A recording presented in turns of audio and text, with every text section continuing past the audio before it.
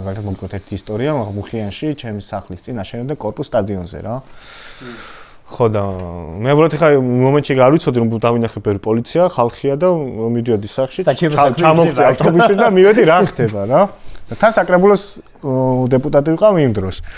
და მოვიდა ჩემთან ორგანიზატორი და მეუბნება რომ მოკლედ შენ აქ არ უნდა იყო, იმიტომ რომ ჩვენზე ხარ პრობლემაა. ჩვენ ნახო ბატონ კახისთანო გვაქვს კომუნიკაციაო.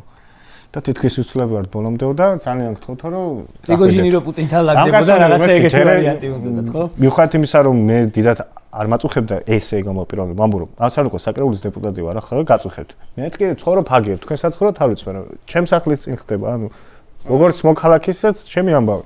რო შემოვა ეს საკითხი გაივლის ჩემთან. წვანე დავაჩენ წითელს რაღაცა.